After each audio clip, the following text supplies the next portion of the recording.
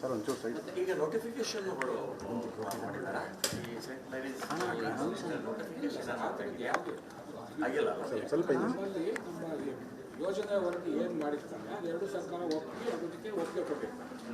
So ಅದರಲ್ಲಿ ಹೆಸರುಗಳಿವೆ. ಆ ಥರ ಬೇರೆ ಹೆಸರು ಇಡಬೇಕು ಅಂದರೆ ಅದಕ್ಕೆ ಸರ್ಕಾರನೇ ಮೊದಲು ಸರ್ಕಾರ ಇವಾಗಿನ ಸರ್ಕಾರ ಎಲ್ಲರೂ ಅದು ನೀವು ಇನೋವೇಟಿವ್ ಫೈನಾನ್ಸಿಂಗ್ ಫಂಡಲ್ಲಿ ಮಾಡ್ಕೊಳ್ಳಿ ಅಂತ ಹೇಳಿದ್ರು.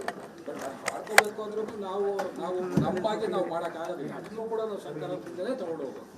ಸೊ ಹಾಗಾಗಿ ಏನೇ ಇದ್ರೂ ಅದು ಸರ್ಕಾರಗಳ ಮುಂದೆ ಹೋಗಿ ಅದು ಒಪ್ಪಿಗೆ ಬಂದ ಮೇಲೆ ನಾವು ಮಾಡೋಕ್ಕಾಗಲ್ಲ. ಅದಕ್ಕೆ ನಾವೇನು ಮಾಡೋಕ್ಕಾಗಲ್ಲ.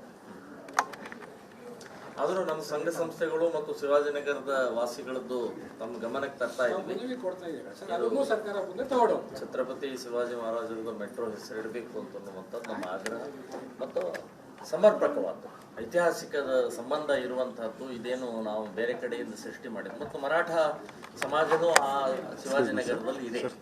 ಕನ್ನಡಿಗರು ಇದ್ದಾರೆ, ಮರಾಠರು ಇದ್ದಾರೆ, ಹಿಂದೂಗಳು ಜಾಸ್ತಿ.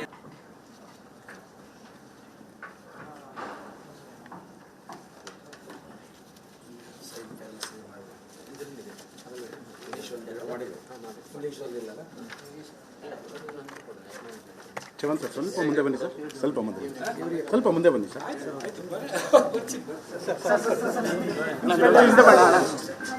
ತಪ್ಪಾದ ಮಾಡಿ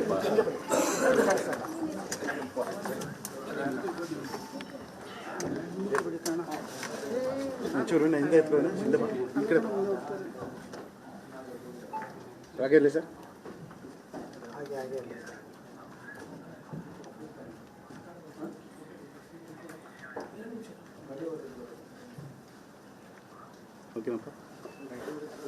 ಆಗ್ಬೋದು. ನಮ್ಮ ಬೇಡಿಕೆಯನ್ನ ನೀವು ಸರ್ಕಾರಕ್ಕೆ ಮನದಟ್ಟು ಮಾಡಿ ಆ ಬೇಡಿಕೆಯನ್ನ ಪೂರ್ಣ ಆಗುವಂತೆ ನಮ್ಮೆಲ್ಲರ ಆಗ್ರಹ ಇದೆ ಸರ್. ನಮ್ಮ ಭರವಸೆ ಇದೆ ತಾವು ಅದನ್ನ ಪೂರ್ಣ ಮಾಡ್ತೀರಾ ಅಂತೇಳಿ. ಇದು ಜನರ ಬೇಡಿಕೆ, ಕೇವಲ ಸಂಘಟನೆ ಬೇಡಿಕೆ ಅಲ್ಲ. ತಮ್ಮ ಬಲದಿಂದ ನಾವು ಆಗಲೇ ಹೇಳ್ಬೇಕು, ಎರಡು ಸರ್ಕಾರಕ್ಕೆ ನಾವು ಗಮನಕ್ಕೆ ತಂದೆ ತಪ್ಪಿಲ್ಲ. ಓಕೆ ಸರ್, ಇದರಲ್ಲಿ ಫೈನಲ್ ಅಥಾರಿಟಿ ಅಂತ ಏನಾದ್ರು ಇದೆನಾ? ಸೆಂಟ್ರಲ್ ಗೌರ್ಮೆಂಟ್, ಸ್ಟೇಟ್ ಗೌರ್ಮೆಂಟ್ ಆ ಥರ ಏನಾರ ಇದೆನಾ? ಈಗ ನಿರ್ಧಾರ ತಗೋಬೇಕಾದ್ರೆ ಮೇಲೆ ಒಂದು ನಿಯಮಗಳನ್ನು ಮಾಡಿದ್ದಾರೆ.